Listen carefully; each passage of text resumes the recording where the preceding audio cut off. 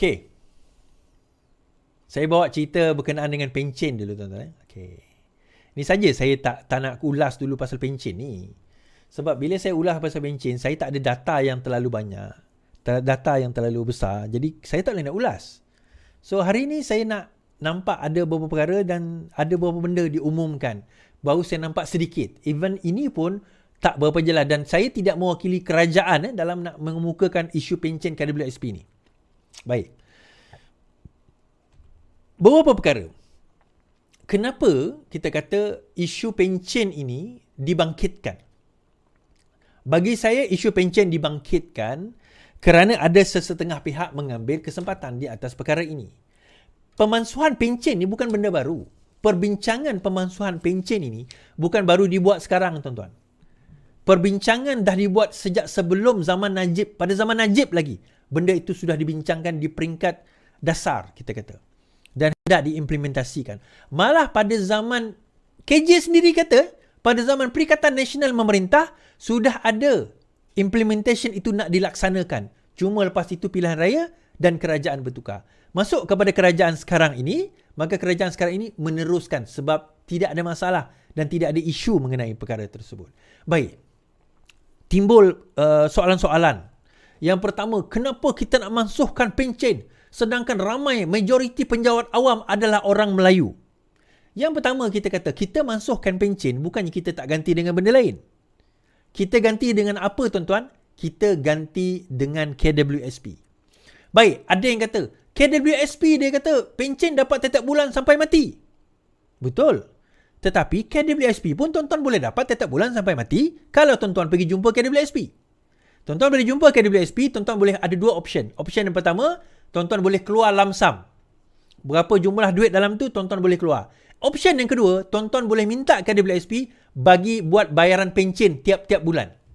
Sebanyak jumlah yang ada. Yang balance tu, KWSP akan tetap laburkan. So, kaedah yang sama. Okey. Tapi dia kata pencen lebih banyak kita boleh dapat. Siapa kata? Siapa kata pencen lebih banyak?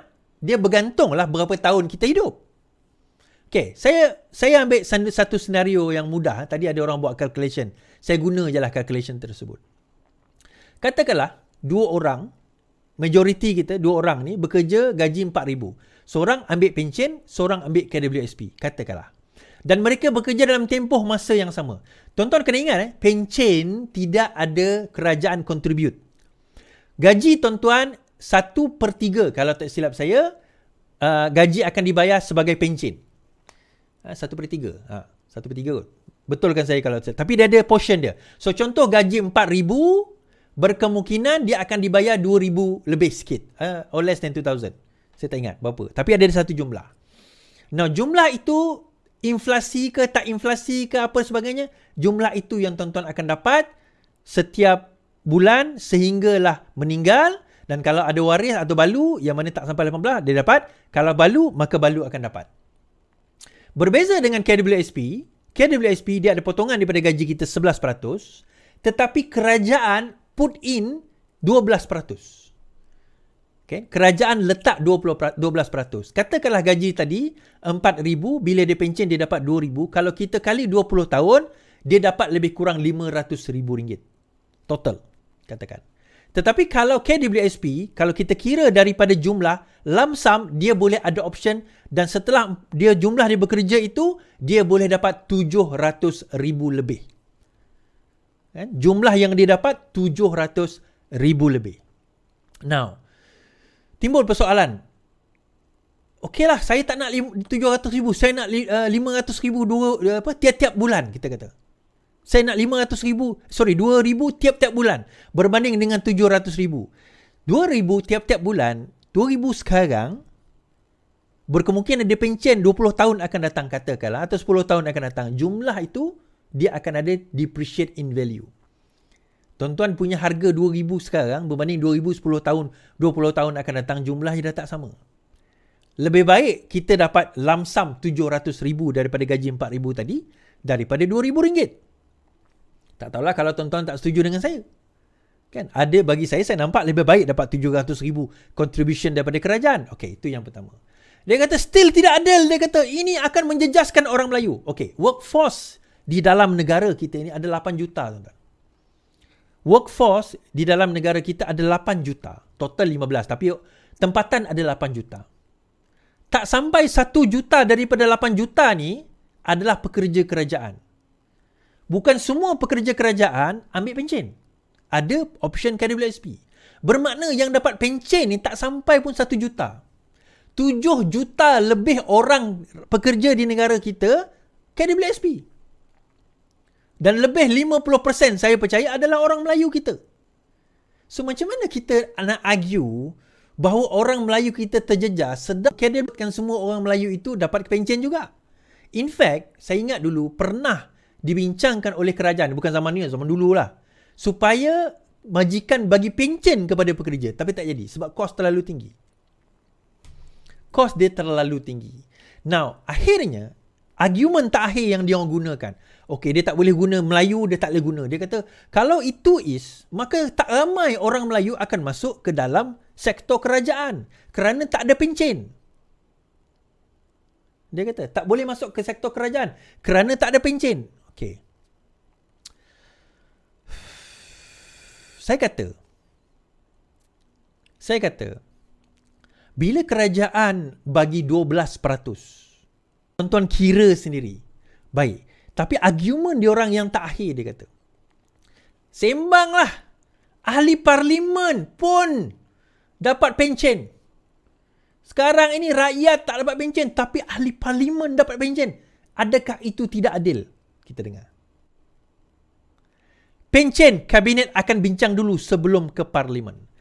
Perdana Menteri berkata cadangan pemasukan pencen bagi ahli politik akan dibincang di peringkat kabinet terlebih dahulu sebelum dibawa ke parlimen untuk sebarang keputusan dilaksanakan.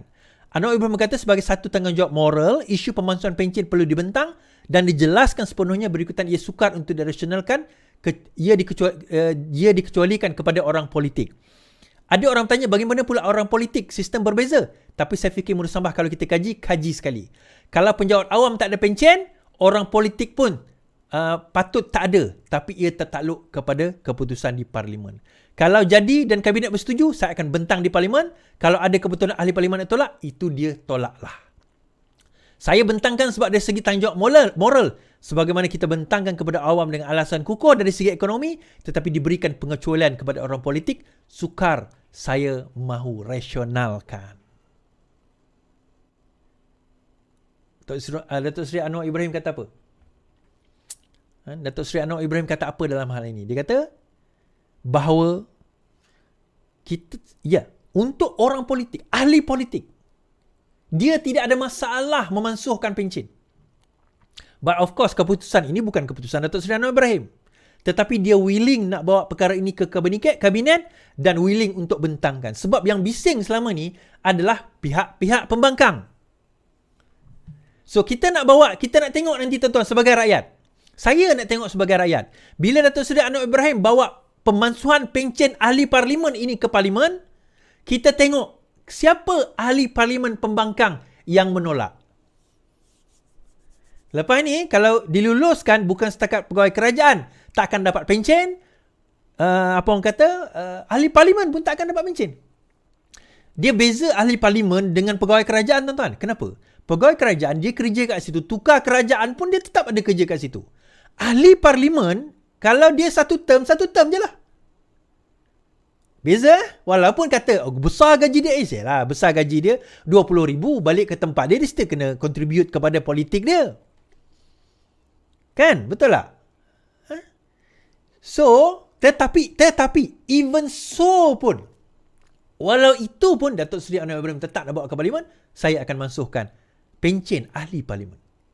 Dan baru-baru ini beliau juga mengatakan bahawa kalau ada yang lebih daripada satu, contohnya Adun pun dia dapat pencen, ahli parlimen pun dia dapat pencen, menteri pun dia dapat pencen, maka dia kena pilih satu. Siapa, tuan-tuan? Antaranya Datuk Seri Wan Azizah, isteri kepada PMX. Last Datuk Seri Wan Azizah kata apa? Saya ambil satu je. Saya tak tahulah yang mana satu dia ambil kan. Sebab dia bekas Adun Kajang, dia juga bekas ahli parlimen dan masih lagi ahli parlimen, dan dia juga bekas timbalan Perdana Menteri. Dia juga bekas timbalan Perdana Menteri. Saya punya live ni line dia ada problem sikit tadi. So akhirnya kita kata, diorang nak jual modal apa lagi nak. Selepas ini nak dibentangkan parlimen, sekarang ini ahli-ahli parlimen nanti akan undi dan decide setuju ke tidak. Pada masa itu kita tengok tuan-tuan, orang-orang yang duk hentam kerajaan ni, kita nak tengok. Kita nak tengok ahli parlimen mana yang menyokong. Kita nak tengok ahli parlimen mana yang menyokong, kita tengok ahli parlimen mana yang menolak.